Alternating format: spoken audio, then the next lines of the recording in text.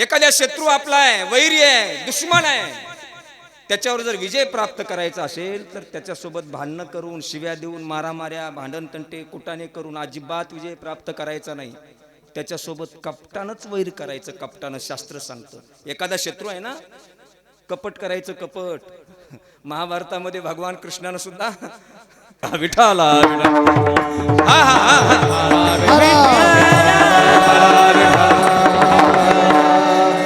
शत्रूवर विजय प्राप्त करायचा आहे. कपटेन शत्रू सत्येन मित्रम. त्याच्याही पुढे शास्त्र सांगतं गीते साहेब, मैत्री टिकवायची. तुम्हाला मला मैत्री, भागवतराव, मैत्री टिकवायची आपल्याला. मैत्री जर टिकवायची असेल तर शास्त्र सांगतं त्या मैत्रीमध्ये अविश्वास, विश्वासघात झाला नाही पाहिजे.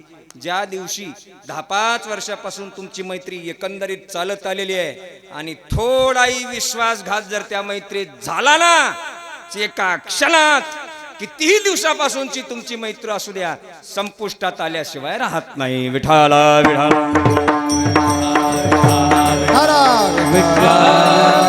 सत्येन मित्रम कृपया च पुत्रम. मुलगा आपला चांगला निघावा वाटत असेल तर त्याच्यावर संस्कार नावाचं बीज आपण व्यवस्थित केलं पाहिजे. कृपयाच पुत्रम. शेवटी सुभाषितकार सांगतात, आता अंतिम टोकाचं जे मोक्ष आहे, आपल्याला मुक्त व्हायच्या अवस्थेला जायचंय, तर त्याच्यासाठी ज्ञानच लागतं. त्याचा पहिला तुकडा आपण जो बाजूला ठेवला होता, हे सगळं सांगत असताना याच्या जोडीलाच जो आपल्याला आवडणारा देव आहे ना, देव आपल्याला प्राप्त करायचा आहे. देवाची आवड आपल्याला प्राप्त करायची, त्याच्यासाठी काय लागतं सुभाषितकार या श्लोकाच्या पहिल्या तुकड्यामध्ये सांगतात. भावेन देवम. देव आपल्याला आवडावा असं वाटत असेल तर आपल्याकडे भाव असला पाहिजे. भाव बघा, भाव कसा असला पाहिजे. भावात इतकी ताकद आहे, इतकी ताकद आहे. मंदिरात असणारा देव आपल्या घरात जर कोण आणत असेल तर तो फक्त आणि फक्त भाव. तुक म्हणे भाव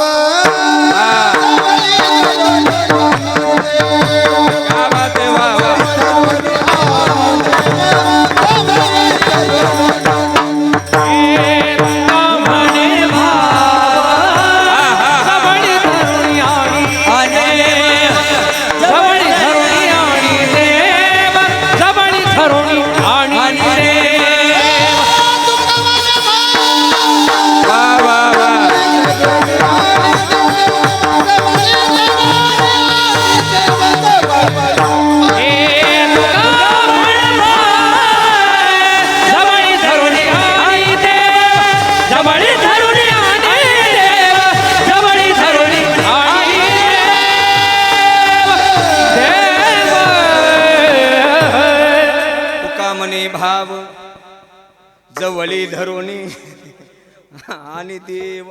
इतकी भावात ताकद आहे बघा. मंदिरातला देव आपल्या घरात यावा असं वाटत असेल तर भाव असला पाहिजे. भाव. आणि तो भाव असताना सुद्धा कसा असला पाहिजे. शुद्ध भाव असला पाहिजे. शुद्ध ज्याचा भाव झाला दुरी नाही देव त्याला. शुद्ध अंतकरणामध्ये जर भाव आपले असेल तर मंदिरातला देव आपल्या घरात आल्याशिवाय राहत नाही. तुम्हाला वाटत असेल आम्ही गहिनीनाथ महाराजाच्या मंदिरामध्ये येतोय, गीते साहेबांच्या द्वारा 7 दिवसाचा जो कीर्तन महोत्सव समापन्न होतोय, आम्ही 7 दिवस कीर्तन ऐकतोय महाराज.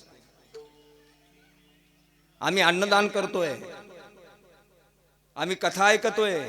आमचा जीवनातला बराचसा काळ नाम साधनेमध्ये आम्ही व्यतीत करतोय. याच्यापेक्षा काय पाहिजे महाराज. बऱ्याच साधू संतांच्या मंदिरावर आम्ही दर्शन घेऊ आमच्या डोक्याला टक्कल पडली. टक्कल इतकं देवदेव केलंय. याच्यापेक्षा आणखी कसला भाव असला पाहिजे. आणि देवाला जो भाव लागतो ना, तो शुद्ध भाव लागतो बघा. शुद्ध भावामध्ये ताकद आहे. ज्ञानोबा हरिपाठामध्ये सांगतात, भाव बळे या कळे ये रवी ना कळे करतळी आवळे तैसा हरी. आणि परमार्थामध्ये भावाला अनन्य साधारण महत्व आहे. देवाकारणे भाव तस्मात्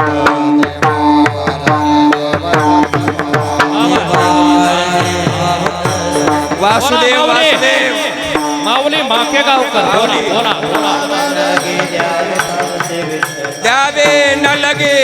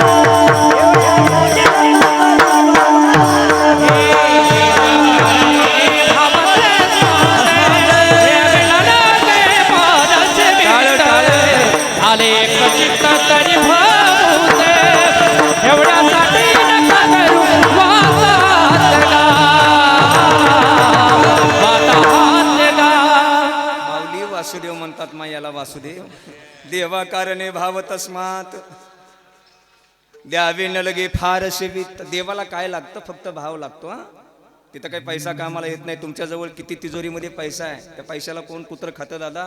तो तुमचा पैसा तिजोरीमध्येच राहतो बघा, तिजोरीत. देवाजवळ देवाला प्रिय व्हायचं असेल तर तुमचा पैसा सुद्धा कामाला येत नाही. गिरीधर लाल वा वा. गिरीधर लाल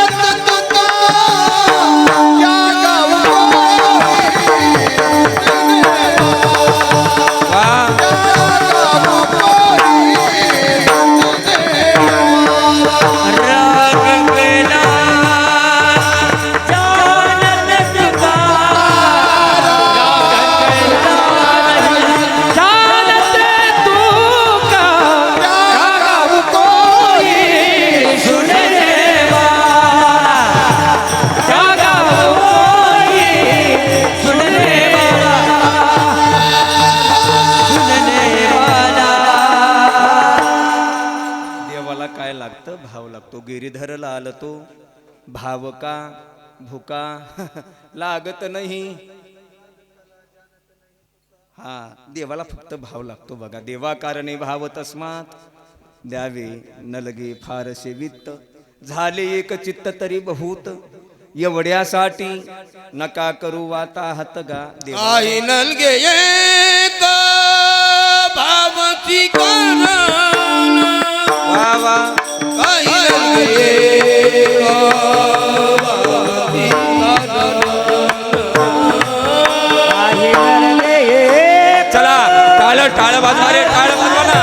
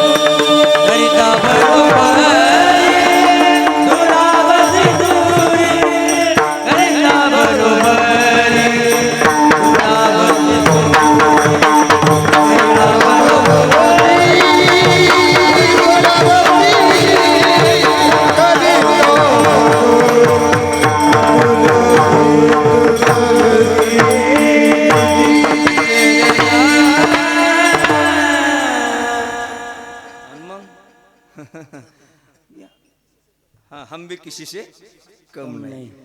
बालुदा म्हणते आमचा ते. हा हा, वाड्या वळकीचा आहे ना. खरंय विठाला.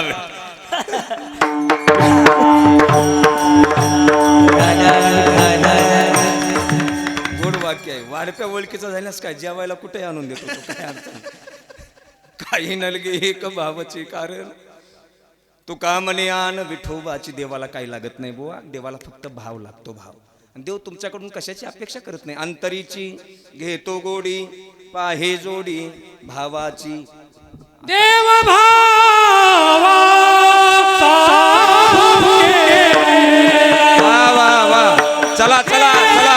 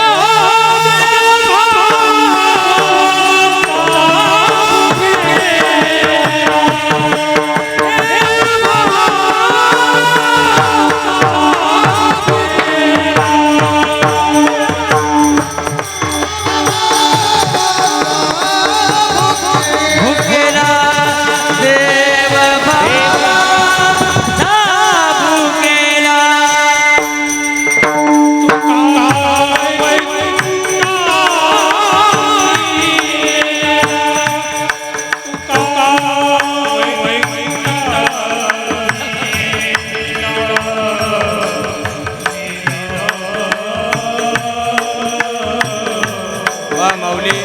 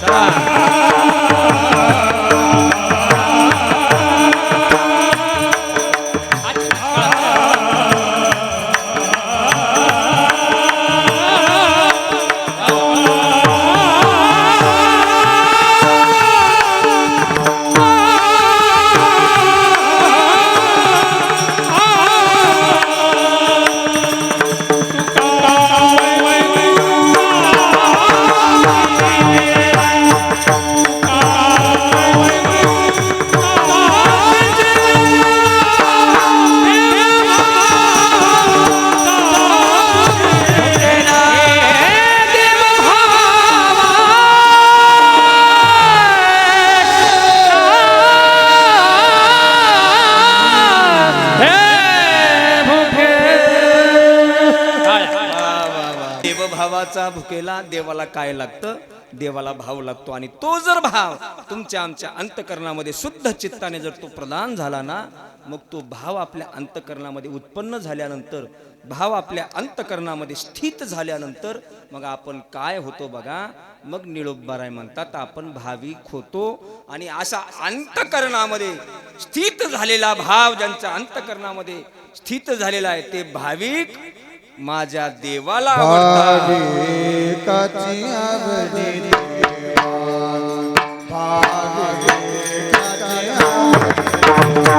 वा कृष्णा महाराज.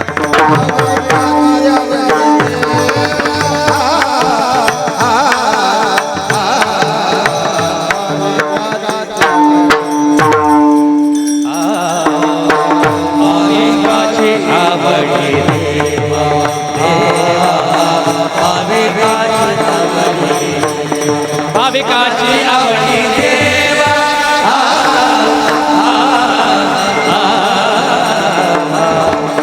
भाविकाची आवडी.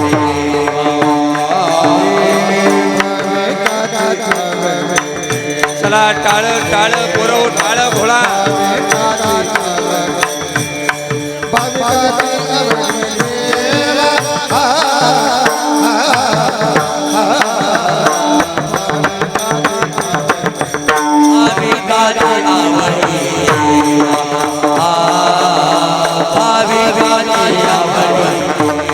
भाविकाची आवडी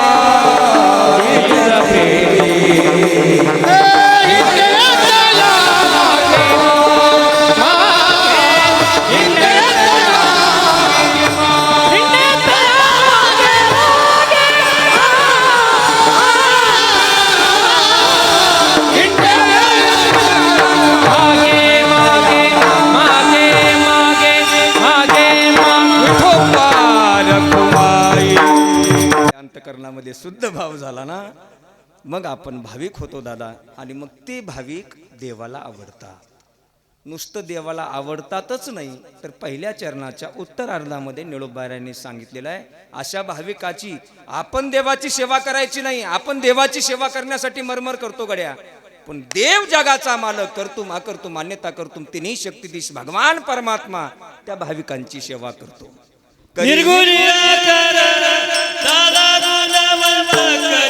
दंडवत उधोनिया बोला बोला दंडवत उधोनिया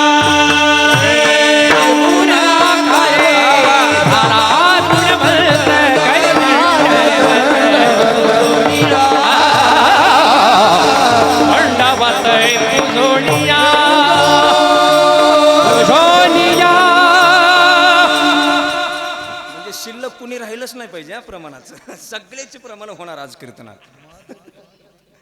घाली दंडवत पूजोनिया. जगाचा मालक त्या भाविकाची सेवा करतो. आता जास्त वेळ माझ्याकडे नाही, फक्त 10 मिनिटं माझ्या संकल्पित वेळेतली माझ्याकडे शिल्लक आहेत. एकच उदाहरण सांगणार आहे आणि सेवा समाप्त करणार आहे. भागवतामधलं फार सुंदर उदाहरण आहे. सर्वांगाचं कान करून हे उदाहरण ऐकलात ना, आजचं कीर्तन फलद्रूप झालं असं समजेल मी. भागवतामध्ये भगवान कृष्ण आणि उद्धव दोघं जण यमुना मैयाच्या तीरावर फिरत होते. सायंकाळची वेळ होती. ऐका, सायंकाळची वेळ आहे. यमुना मैयाचा पवित्र तीर आहे आणि पवित्र तीरावर भगवान कृष्ण आणि उद्धव दोघं जण हातामध्ये हात देऊन फिरताय.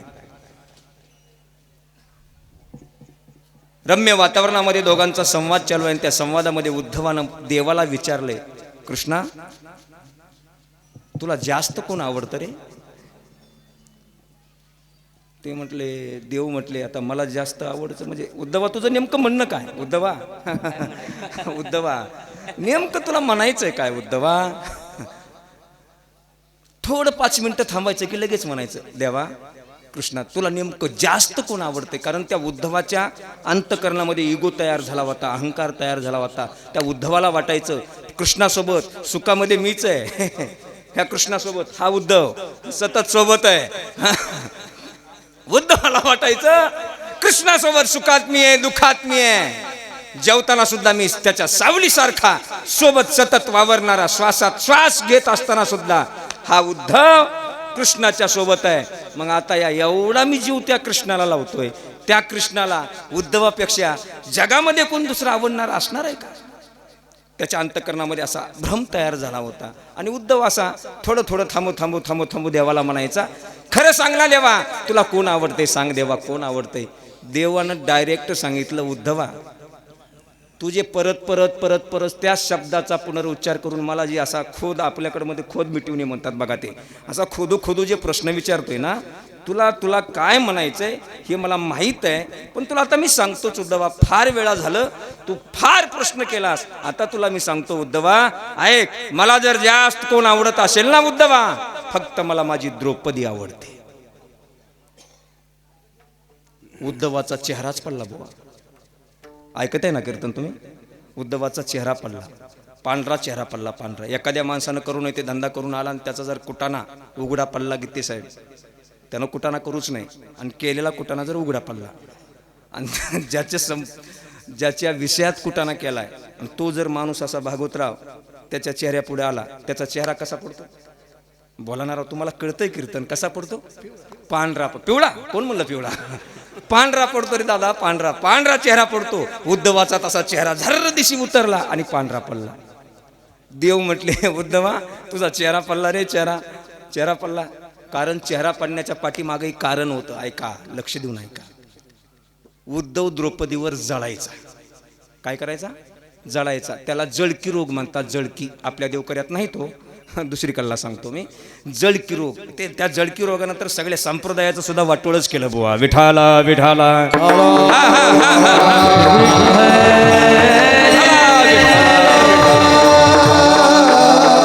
कृष्णाला चांगला पकवाज वाजवता टॉप 10 पैकी एक मृदंग वादक महाराष्ट्रातलं रत्न तयार झालं. खुश राहावं ना, खुश राहावं समाजानं. कृष्ण महाराजावर सुद्धा जळा येणारे लोक आहेत ना. उद्धव बापू, धन्यकुमारजी महाराज, अरे वारकरी संप्रदायाची शान आहेत, ते चांगले स्टार कलाकार आहेत. त्यांच्या अंगठ्याला धरून त्यांच्या करंगळीला धरून आपण चालण्याचा प्रयास करायचा. पण त्यांच्यावर सुद्धा आम्ही जळतो बुवा. दिलीप महाराज कमी काळामध्ये जास्त प्रसिद्ध झाला. दिलीप महाराजाचे शुभचिंतक थोडेच आहेत, त्यांच्यावर सुद्धा जळणारे आहेतच. तसाच उद्धव, मला सांगायचं इकडे चला, उद्धव द्रौपदीवर जळायचा. द्रौपदीवर उद्धवानं परत देवाला म्हटला, कृष्णा अरे तुझी सख्खी बहीण सुभद्रा आहे. तुझी सख्खी बहीण कोण आहे? सुभद्रा आहे. 9 महिने 9 दिवस ज्या आईच्या उदरामध्ये तुम्ही राहिलात ना, एका आईच्या उदरामध्ये तुम्ही वाढलात, एका आईच्या उदरातून तुम्ही जन्माला आला, तुझ्या पाठीवर पाय देऊन जन्माला आलेली सख्खी बहीण सुभद्रा आहे, ती तुला आवडत नाही, तिच्यावर तुझं प्रेम कमी आहे. द्रौपदीवर एवढं प्रेम? कारण काय? शहाणे माणसं छोट्या छोट्या थोड्या थोड्या क्षुल्लक गोष्टीला प्रत्युत्तर देत नसतात, हा शास्त्र सिद्धांत आहे. आणि जे क्षुल्लक गोष्टीला प्रत्युत्तर देतात ते शहाणे, बोला बोला राव, शहाणे असतात? नाही नाही नाही नाही, छोट्या छोट्या गोष्टीला प्रत्युत्तर देत बसत नसतात मोठी माणसं, शहाणी माणसं. देव गालातले गालात फक्त स्मित हास्य केलं देवानं आणि शांत राहिले. प्रसंगानुसार सांगेन म्हटले. एका दिवशी काय झालं बघा, सकाळी 7 वाजले. कृष्णादादा किती? 7 वाजले. माधवराव इकडे बघा माझ्याकडे, 7 वाजले. 7 वाजले हा, सकाळचे किती वाजले? 7 वाजले. 7 वाजता उद्धवन आणि भगवान कृष्ण सुभद्रेच्या महालाकडे निघाले. सुभद्रेच्या महालाकडे गेल्यानंतर सुभद्रा सकाळी 7-7:30 वाजता, तिचा बंगला होता. बंगला, देवाची बहीण होती बुवा, ती काही सरपंचाची बहीण होती. सरपंचाच्या बहिणीचा मोठा बंगला आहे, देवाच्या बहिणीचा बंगला, असा लहू महाराज असा बंगला होता बघा, असा बंगला. आता ती देवाचं काय सगळी शक्ती तिथं आहे, असा मोठा बंगला. उद्धव आणि भगवान कृष्ण त्या सुभद्रेच्या दारात गेले आणि सुभद्रेचा दरवाजा ठोठावला. दरवाजा असाच ठोठावला कृष्ण महाराज, असाच ठोठावला. सुभद्रा उठली, दरवाजा काढून पाहते तर काय, साक्षात भगवान कृष्ण आणि उद्धव सुभद्रेच्या दरवाज्यावर उभा आहे. काय रे दादा, सकाळी सकाळी इतक्या कशासाठी येणं केलं? उद्धव म्हटला, सुभद्रे आम्ही तुझ्या दरवाज्यात उभा आहे. आपल्या हिंदू वैदिक धर्मामध्ये शास्त्र असं आहे की दरवाज्यात आलेला अतिथी अगोदर त्याला घरामध्ये घ्यावं, त्याला आसनस्थ करावं, त्याला पाणी वगैरे द्यावं, त्याचा आदर सन्मान करावा. आपल्या हिंदू वैदिक धर्माचं शास्त्र आहे. तू आम्हाला दरवाज्यावरच विचारते कसं काय आल्यात? म्हणजे काही शौर्यधार्याची पाहुणचार करण्याची पद्धत झाली का? अगं तुझा भाऊ आहे सुभद्रे, भगवान कृष्ण, साधारण व्यक्ती नाही. दरवाज्यात उभा करू नका, अगोदर मध्ये घेऊन त्याला बसव.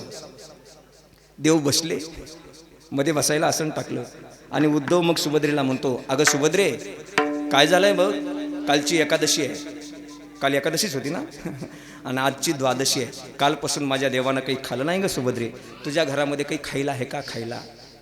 सुभद्रा म्हणते उद्धवाला, तुला काही डोक्याचा भाग आहे का? अरे आणखी मी दंत धावन केलं नाही, आणखी माझा ब्रेकफास्ट झाला नाही आणि आता लगेच खायला मागता. उद्धव म्हणला, काय नाही सुभद्रे, देवाला भूक लागली, पटकन काहीतरी खायला दे. सुभद्रा म्हणते उद्धवला, जा त्या किचन रूम मध्ये, तिथे त्या फ्रीज असेल.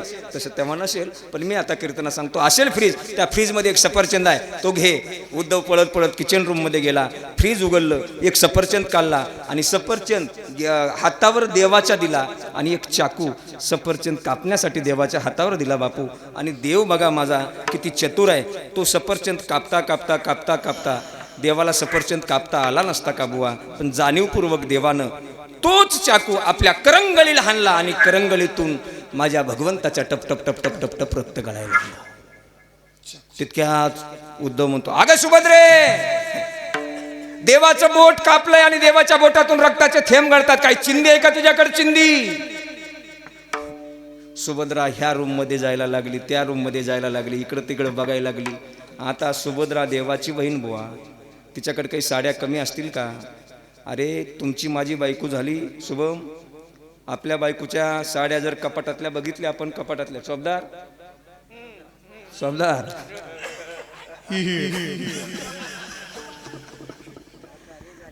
आता रेन झाली चौबदार. साड्या बायकोच्या, आपल्या बायकोचं कपाट जर आपण उघडलं ना आणि त्या कपाटातली जर थप्पी त्या साड्याची आपण बघितली, त्या जर साड्या आपल्या छाताडावर पडल्याच, पडू नाही कोणाच्या, पडल्याच गुदमरून माणूस मरल इतक्या साड्या आपल्या बायकायला आहेत. देवाची बहीण आहे, तिच्याकडे काही साड्या कमी आहेत का? शुभम, साड्याचे प्रकार किती आहेत? झालं नाही, प्रकार माहित नाहीत म्हण ना. दिल कुछ कुछ होता है, पैठणी, नऊवारी, या सगळ्या साड्याचे प्रकार आहेत. इतक्या साड्या सुभद्रेकडे होत्या. पण सुभद्रेला सद्बुद्धी आली नाही की आपल्या अंगावरची एखादी साडी फाडावी आणि तिची चिंदी देवाच्या बोटाला बांधावी. तिथं सुभद्रा फक्त विचार करत बसली. तिथून देव आणि उद्धव निघाले. सकाळची वेळ होती. दादा लक्ष देऊन ऐका. द्रौपदी माता चांदीचं ताट आहे हातामध्ये, सोन्याचा कलश तांबे आहे आणि तुळशीच्या वृंदावनाच्या जवळ आलेली आहे. त्या तुळशीला पाणी समर्पित केलेलं आहे. हळद कुंकू वाटून तुळशीची पूजा करते आणि त्या तुळशीच्या वृंदावनाला प्रदक्षिणा घालते आणि मुखामध्ये चिंतन करते. श्रीकृष्ण गोविंद हरे मुरारे, हे नाथ नारायण वासुदेव, हे नाथ नारायण वासुदेव, हे नाथ नारायण वासुदेव. गोड माझ्या भगवान कृष्ण कन्हैयाचं चिंतन तिच्या मुखात आहे. तुळशीला प्रदक्षिणा करते. तितक्या देव आणि उद्धव सुभद्रेनं द्रौपदीनं वृंदावनापासून पाहिले. जशी नजर द्रौपदीची माझ्या भगवान कृष्णाकडे गेली, उद्धवाकडे गेली आणि द्रौपदीची नजर उद्धवावर गेल्यानंतर उद्धवाची सुद्धा नजर द्रौपदीवर केली आणि लगेच उद्धव म्हटला, अगं द्रौपदी, देवाचं बोट कापलंय आणि देवाच्या बोटातून टप टप टप टप रक्त गळतंय ग द्रौपदी, एखादी चिंदी आहे का? हा द्रौपदीच्या कानावर आवाज गेल्याबरोबर द्रौपदीनं पदराला हात घालला. पदर फाडणार इतक्यात उद्धव म्हणतो, ए द्रौपदी काय करतेस? द्रौपदी म्हणते, उद्धव आताच तू सांगितलंस ना देवाचं बोट, माझ्या दादाचं बोट कापलंय आणि त्याच्यातून रक्ताचा थेंब थेंब कळतात. ते थेंबाला रक्त कापल्याला बोट बांधण्यासाठी मी आता पदर फाडते आणि त्याची चिंदी काढते. उद्धव द्रौपदीला ज्ञान सांगायला लागला. लक्ष देऊन ऐका. द्रौपदी, तुला माहित नाही का ग, आपल्या हिंदू वैदिक धर्मशास्त्रामध्ये ज्या सौभाग्यवती स्त्रीच्या कपाळावरचं कुंकू जिवंत आहे, अशा सौभाग्यवती स्त्रीनं पदराकडून कधी साडी फाडायची नसते. हा शास्त्र सिद्धांत आहे द्रौपदी. अगं जिच्या कपाळावरचं कुंकू जिवंत आहे ना, त्या सुवासिनी स्त्रीनं पदराकडून साडी फाडायची नसते. द्रौपदी, तुझे तर 5 पती जिवंत आहेत द्रौपदी, आणि तू डायरेक्ट पदराला हात घालते आणि साडी फाडते. आता द्रौपदी त्या उद्धवाला इतकं गोड समर्पक उत्तर देते बघा. लक्ष देऊन ऐका. ती म्हटली, खरं आहे उद्धवा, तुझं नक्कीच खरं आहे. आपल्या हिंदू वैदिक धर्मशास्त्रामध्ये नियम आहे, ज्या सौभाग्यवती सुवासिनी स्त्रीच्या कपाळावरचं कुंकू जिवंत आहे ना, जिचा पती जिवंत आहे ना, अशा सुवासिनी स्त्रीनं पदराकडून साडी फाडायची नसते. उद्धवा, मान्य आहे, पण माझ्या कपाळावरचं कुंकू किती दिवस जिवंत ठेवायचंय त्या दादाच्या हातात आहे, दादाच्या. मग त्याच्यासाठी माझ्या कपाळावरचं कुंकू किती दिवस जिवंत ठेवायचं हे जर त्याच्या हातात असेल तर त्याला पदराकडूनच काय, कुणीकडूनही फाडू द्या. विठाला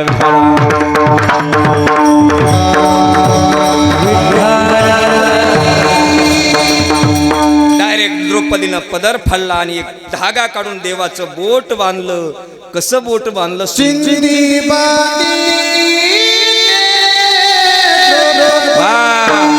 टाळ वाजवा, टाळ.